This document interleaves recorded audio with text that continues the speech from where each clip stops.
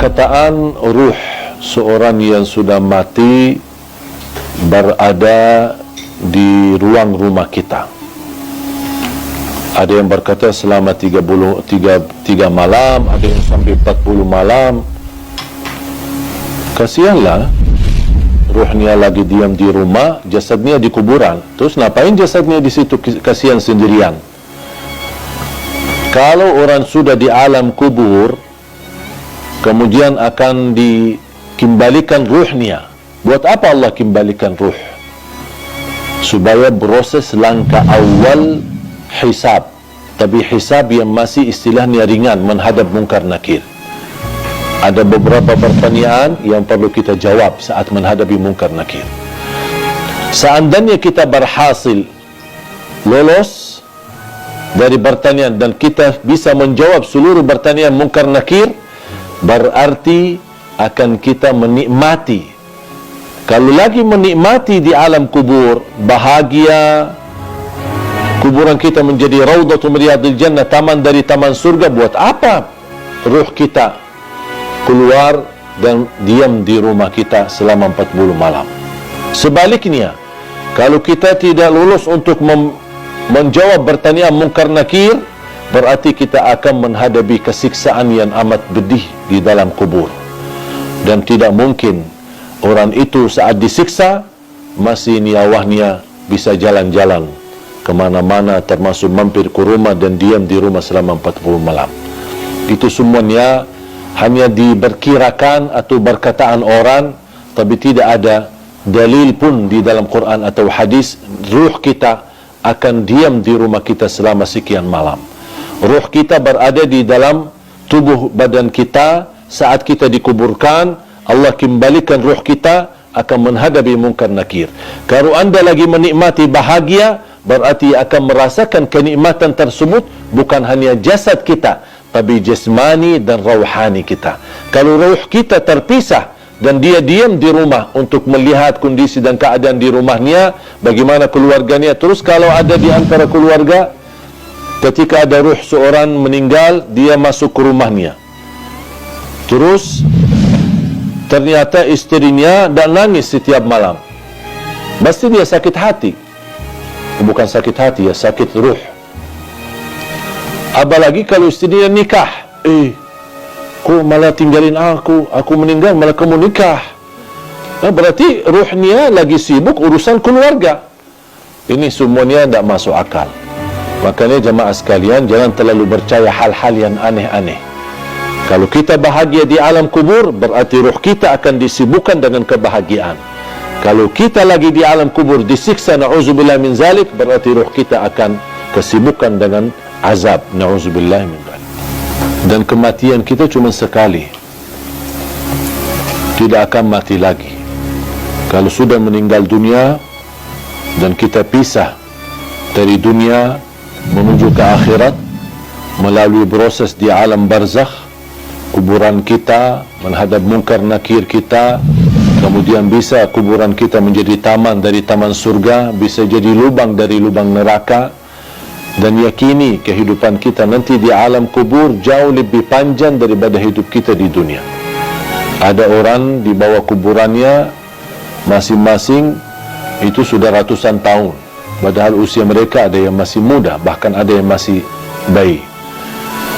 Habis kita dibangkitkan oleh Allah Subhanahu wa taala, sekian tahun kita di alam kubur, dibangkitkan oleh Allah Subhanahu wa taala, terjadilah hari kiamat dan kita akan menghadap Allah untuk dihisab.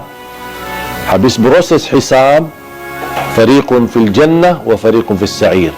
Satu golongan masuk ke surga dan satu golongan masuk neraka.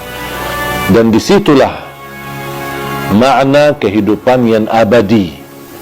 Bisa abadi di neraka, bisa abadi di dalam surga.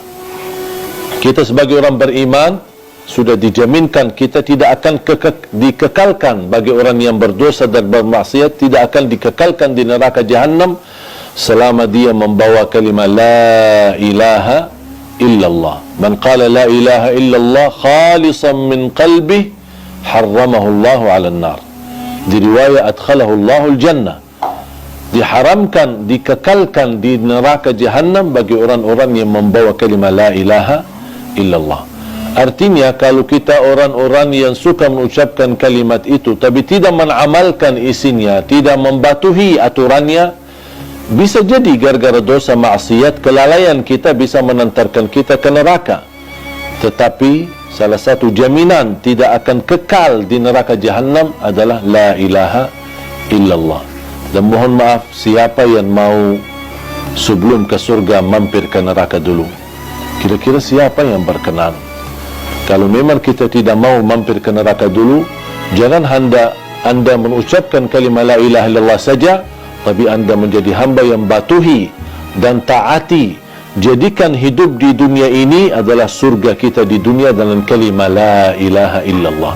Itulah dengan kalimah la ilaha illallah, dengan kita mempunyai syarat-syaratnya, mengamalkan isinya, membatuhi dan mengikuti aturannya, kita akan diselamatkan oleh Allah SWT dan akan kita bahagia dalam kehidupan kita di dunia yang sementara dan juga akan bahagia selama-lamanya nanti di akhirat.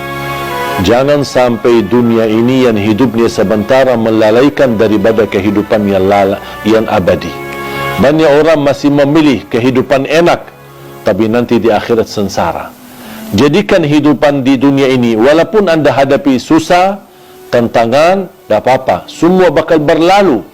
Dan segala sesuatu di dunia ini, biarpun yang paling enak kita dapat, anggaplah kita kaya, orang yang paling kaya raya, tapi ujungnya mati, buat apa kekayaan itu? Buat apa kemewahan itu? Buat apa keindahan itu kalau saya akan nanti tinggalkan, akan menuju kepada kehidupan yang abadi? Makanya harus kita fikir cerdas untuk memperjuangkan kehidupan yang abadi, yang insya-Allah akan kita menjadi orang yang kekal di dalam surga Allah Subhanahu wa taala, insya-Allah tanpa mampir ke neraka. Ada satu tanda malaikatul maut cabut nyawa kita, itu sudah mati. Itu tandanya. Kenapa Allah Subhanahu wa taala sembunyikan kematian dan proses kematian itu? Bisa ada orang mati mendadak, bisa ada orang mati karena kecelakaan, bisa ada orang mati karena apapun terjadi. Bahkan bisa ada orang karena sehat, tidak ada apa-apanya, justru dia merawat orang tuanya, pulang pergi ke rumah sakit, mana justru anaknya yang mati duluan. Tidak ada yang bisa memastikan dan membuktikan ada tanda-tanda sebelum kematian. Tidak ada tanda melalui mimpi, tidak ada tanda dalam tubuh kita atau akan terjadi di waktu asar atau di waktu yang lain, tidak ada tanda sama sekali.